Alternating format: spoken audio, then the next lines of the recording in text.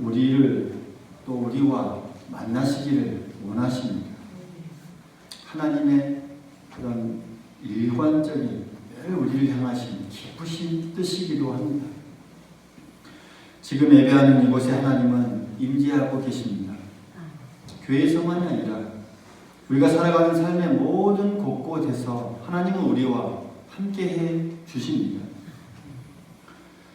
우리는 때로 그 하나님의 마음을 헤아리지 못하곤 합니다.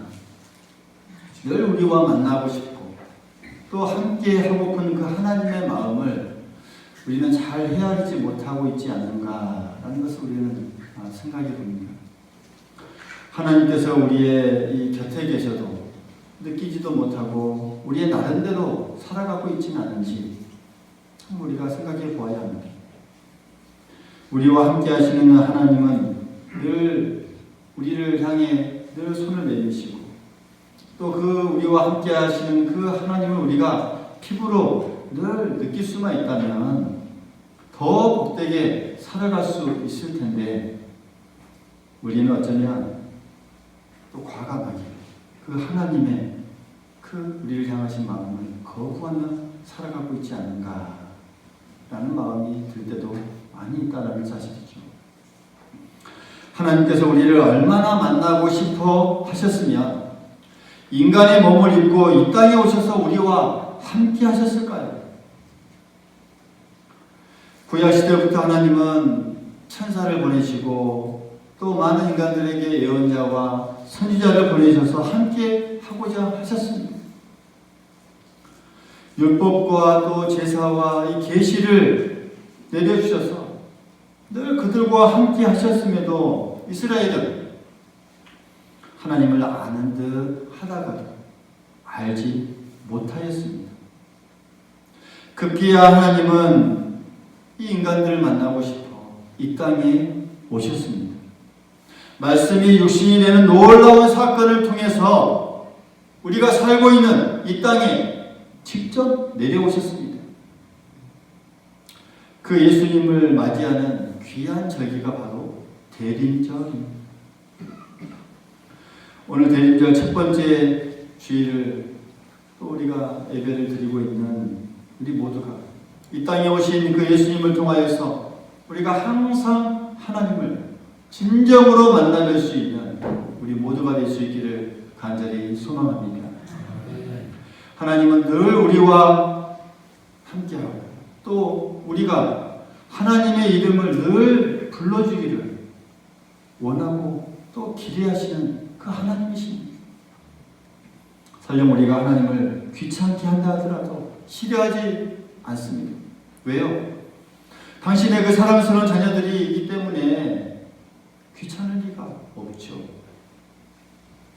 오늘 말씀 6절에 보면 하나님은 우리에게 이렇게 말씀하죠. 너희는 여호와를 만날 만한 때에 찾으라. 가까이 계실 때에 그를 부르라. 라고 말씀합니다. 하나님을 만날 만한 때 그리고 우리와 가까이 계실 때가 하나님을 찾고 부를 수 있는 기회이다 라는 말씀입니다. 사실 언제라도 우리는 하나님을 만날 수 있습니다. 하나님의 그 성전은 언제나 열려있고 무엇보다도 하나님의 크신 팔과 따뜻한 품은 항상 우리를 향해 열려 있습니다. 그래서 언제라도 우리에게 예배할 수 있는 기회를 주셨고 또 하나님께 예배하기를 기대하십니다. 그런데 6절 말씀을 보면 만날 만한 때, 가까이 계실 때, 그때라는 그 말씀을 해주시죠. 이 말씀의 의미가 무엇일까요? 과거 이스라엘은 하나님을 항상 만날 수 있었는데 언제부터인가 하나님을 만날 수 없는 때가 있었다라는 그런 말씀이죠. 그래서 만날 만한 때가 되어야 만날 수 있었습니다. 물론 하나님께 문제가 있었던 것은 아닙니다. 하나님 말씀을 듣지 않았던 이스라엘에게 문제가 있었던 것이죠. 또한 하나님을 멀리서도 뵐 수 있고 부를 수 있었는데 언제부터인가 가까이 계셔야만 부를 수 있게 되었다라는 그런 말씀입니다. 역시 하나님께 문제가 있어서 그랬을까요? 아닙니다.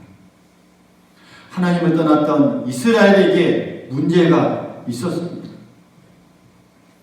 이렇기 때문에 이스라엘은 하나님 앞에서 늘 움츠려 들었습니다.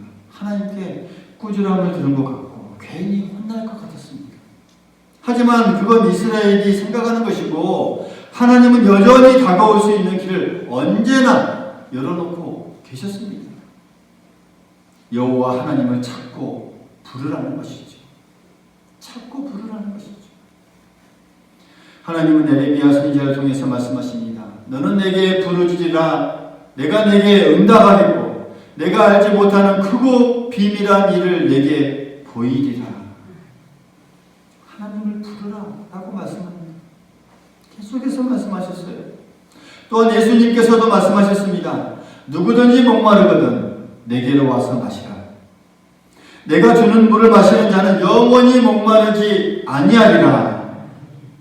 목마르지 않는 생수를 얻기 위해서 예수님을 찾고 또 나오라 라는 그런 말씀입니다.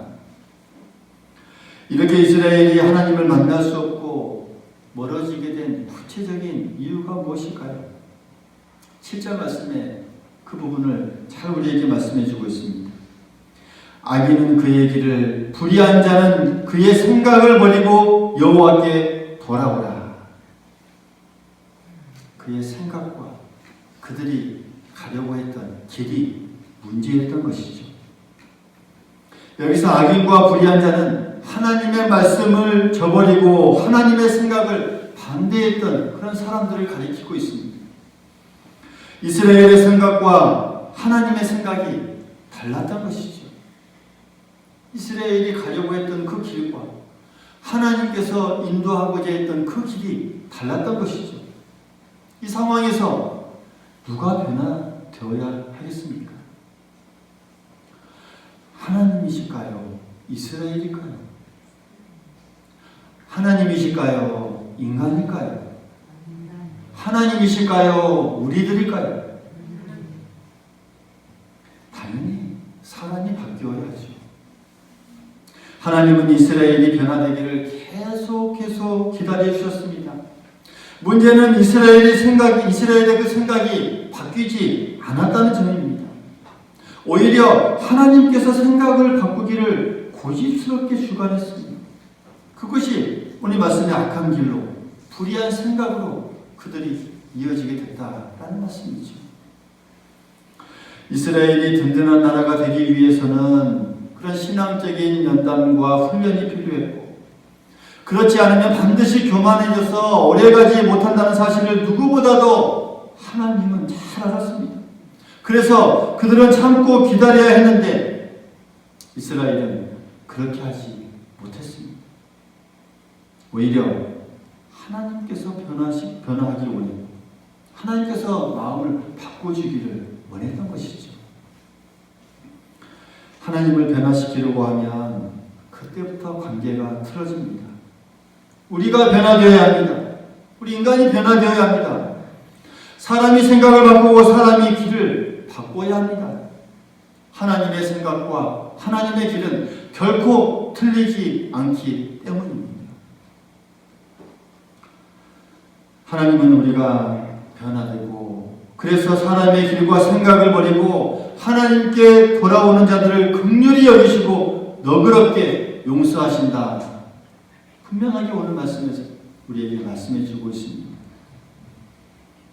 누가복음 15장에 보면 두 아들의 비유에서 둘째 아들은 자기의 생각을 가지고서 자기의 길을 떠납니다. 조금만 참으면 되는데 그 아버지에게는 생각이 다 있었는데 말입니다. 스스로 독립해서 더 좋은 삶을 살 수 있다. 그런 생각했었습니다. 그러나 아버지를 떠나 스스로 서려는 것은 교만해지고 타락의 길로 갈 수밖에 없습니다. 둘째 아들이 가는 길은 험한 길이었습니다. 가진 것을 다 탕진해버리고 결국 돼지가 먹는 그 쥐었 열매라도 먹고자 했지만 그것조차도 얻을 수가 없었습니다. 한없는 후회가 밀려 들어왔습니다. 내가 왜 아버지 집을 떠났을까? 내가 왜 내 생각과 내 길만 가려고 했을까? 우리가 잘못 생각했구나라고 깨달은 그때는 결코 늦은 때가 아닙니다. 둘째 아들은 자기가 걸어왔던 길을 되돌아갑니다. 한 걸음 한 걸음 리플레이 하듯이 다시금 되돌아갑니다. 이것이 회개입니다.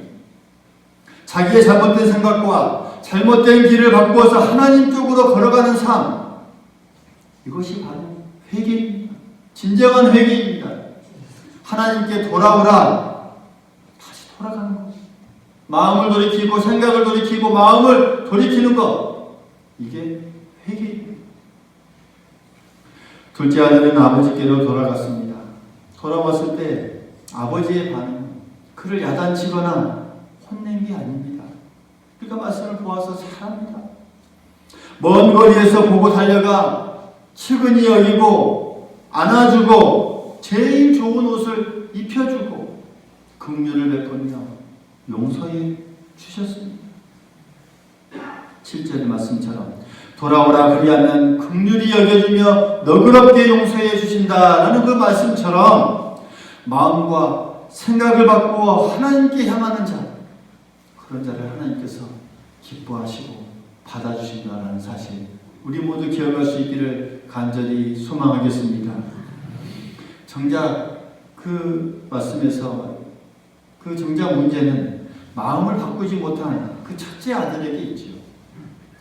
이 첫째 아들은 집을 떠나거나 아버지를 떠나지도 않았습니다. 그런데 이 아들은 집과 아버지를 이미 떠난 상태와 마음이 같습니다. 그의 몸은 집에 있고 아버지의 곁에 있었지만 그는 마음을 바꾸지 못했습니다. 회개하지 않았습니다. 아버지의 다독거림을 무시해버립니다.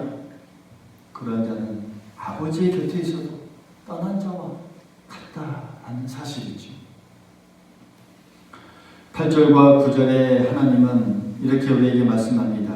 이는 내 생각이 너희의 생각과 다르며 내 길은 너희의 길과 다르다 라고 말씀하면서, 이는 하늘이 땅보다 높음 같이 내 길은 너희의 길보다 높으며 내 생각은 너희의 생각보다 높다 라고 우리에게 말씀합니다. 하나님의 생각과 하나님의 길을 떠나서 자기 마음대로 사는 사람은 하나님을 진정으로 느끼지 못합니다. 하나님의 생각과 그 길은 사람의 생각이나 길과 다르다는 것, 우리는 알아야 합니다. 그리고 하나님은 사람보다 높이 계십니다. 높이 계신 하나님의 생각이 우리의 생각보다 높은 것은 어쩌면 당연한 진리입니다. 이 다름을 우리가 신앙적으로 고백하고 인정하는 사람, 그런 자가 복된 사람입니다. 우리가 늘 기억해야 합니다. 그러나 우리가 실제로 살아가면서 삶 속에서 정말 그렇습니다 라고 인정하면서 살아가고 있는지 우리가 스스로 돌이켜보아야 합니다. 우리의 삶을 돌이켜보고 우리가 살아왔던 삶을 한번 생각해 보십시오. 이스라엘이 하나님과 다른 생각을 하고 다른 길을 걸어갔던 것처럼 우리도 다르게 생각하고 다른 길을 가려고 하고 있지 않은지 우리의 신앙을 늘 점검해 보아야 하겠습니다. 이스라엘은 외세로부터 독립되고 자유롭게 살기를 고대하면서 자기들 나름대로 생각하며 자신들의 힘을 의지했습니다. 그러다 보니 인내하고 기다리지 못했습니다. 하나님의 생각은 여러 과정들을 통해서 이스라엘이 조금 더 겸손해지고 조금 더 신앙적으로 성숙해지기를 원하셨습니다. 아이가 아프면 키도 더 크고 마음이 더 성숙해지듯이 하나님께서 원하시는 것은 이스라엘이 하나님의 그 나라의 백성으로서 더 성숙해지고 성민 백성으로서 그 나라가 하나님의 나라가 되는 거였습니다. 그러나 그렇게 되지 못했습니다. 때로 우리는 내가 생각하는 것과 그 내가 걸어가는 그 길이 옳다고 주장할 때가 있습니다. 그때 우리는 잠시 내 이 영적 어깨에 그 힘을 빼고 내 영적인 그 목에 힘을 빼고 과연 하나님의 뜻이 어디에 있는지 정말 곰곰이 골똘하게 기도해야 합니다. 진심을 다해서 기도해야 합니다. 하나님의 생각과 하나님의 그 길이 어떤 길이고 어떤 뜻인지 기도와 무게중심을 나에게 두는 것이 아니라 하나님께 두고서 말입니다. 그때 우리는 조용하게 속삭이시는 그 하나님의 생각과 그 하나님의 길이 무엇인지를 깨닫게 되고 성령께서 우리의 모든 앞길을 알려주시고 인도하여 주실 줄 우리 모두 믿을 수 있기를 간절히 소망합니다. 10절 말씀을 보면 자연을 순환시키는 그 하나님의 손길에 대해서 말씀하고 있죠. 비와 눈이 내리면 하늘로 그대로 되돌아가지 않습니다. 땅을 적시고 땅에 심겨진 식물을 자라기 위해서 소출을 내게 되고 싹을 띄워서 종자를 내게 되고 사람들에게 먹을 양식을 공급해 준다라는 것을 쭉 말씀해 줍니다. 이 모든 순환은 하나님께서 직접 내리시는 그 비와 눈으로부터 시작됨을 우리에게 말씀해 주고 있습니다. 그러니까 자연의 순환, 그것을 통해서 말씀해 주시죠. 이어서 11절에는 하나님의 말씀의 그 순환에 대해서 말씀하고 계십니다. 하나님께서 하신 그 말씀은 헛되지 않습니다. 그대로 되돌아오는 법이 없습니다. 그래서 이 말씀을 완고하게 거부하는 사람에게는 그들에게 경고가 되겠지만 그 하나님의 말씀을 순종하는 사람들에게는 오히려 평안함을 안겨주는 그 말씀입니다. 왜요? 하나님의 말씀대로 살아가면 언젠가는 하나님이 기뻐하시는 그 뜻이 내 삶 속에서 이루어지며 형통하게 되기 때문입니다. 이 말씀을 믿으시길 간절히 바랍니다. 이 말씀을 우리가 받아들일 수 있기를 간절히 소망하겠습니다. 이 자연의 순환도 말씀의 이 순환도 결국 하늘로부터 왔다가 하늘로 되돌아간다라는 것을 지금 말씀해 주고 있습니다. 비와 눈은 하늘에서 내려왔다가 결국 구름이 되어서 하늘로 되돌아가죠. 이 말씀도 말씀이 육신이 되어 이 세상에 오셨다가 결국 십자가에서 우리를 위하여서 죽으시고 하늘로 승천하셨습니다. 할렐루야. 결국 하늘로 다시 올라가셨습니다. 우리는 어떤가요? 하나님께서 우리에게 이 성경 말씀을 주셨습니다. 이 주신 말씀이 우리의 모든 삶을 주관하게 됩니다. 살아가는 길과 또 우리가 생각하는 모든 생각도 주관하게 됩니다. 그리고 이 말씀을 따라 살아가는 우리의 삶은 이제 결국 하나님의 나라의 그 삶으로 바뀌어가게 됩니다. 그래서 우리가 살아가는 삶은 천국의 삶, 하늘나라의 시민으로서의 삶으로 바뀌어지게 되죠. 결국 우리도 하늘로 되돌아갑니다. 할렐루야. 그렇기 때문에 우리는 언제나 하나님께 기쁨으로 나아갈 수 있어야 합니다. 기쁨으로 나아가는 우리 모두가 될 수 있기를 간절히 소망하겠습니다.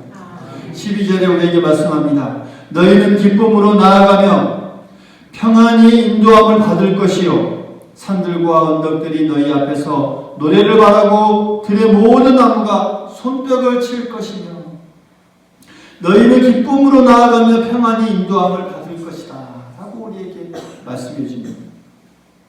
이스라엘 백성들이 출애굽할 때도 그렇고 또 바벨론 포로에서 해방되어 다시 되돌아올 때 그들은 이렇게 기쁨과 평안을 갖고 하나님께 나아갈 수 있었습니다.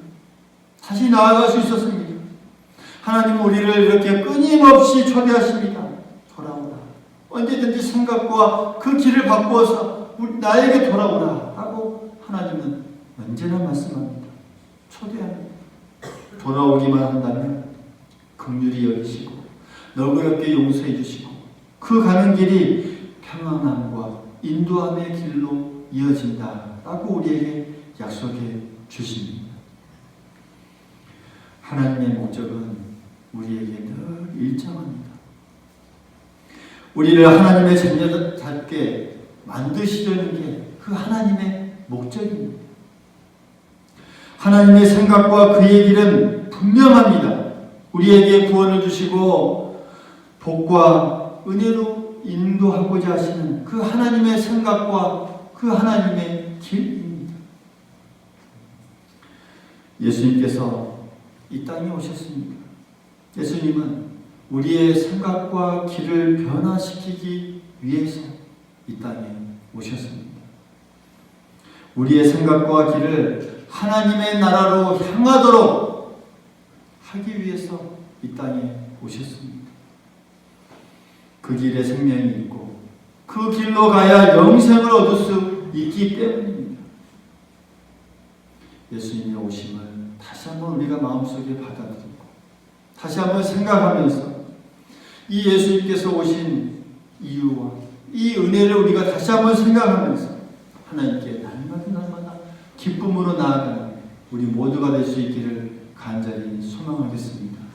이 말씀을 통하여서 한 주간 우리가 모든 삶 속에서 하나님께 나아가는 데 주저하지 않냐고 삶 곳곳에서 하나님을 바라보며 우리 신앙 가운데서 승리의 삶으로 나아가는 우리 모두가 될 수 있기를 간절히 소망합니다.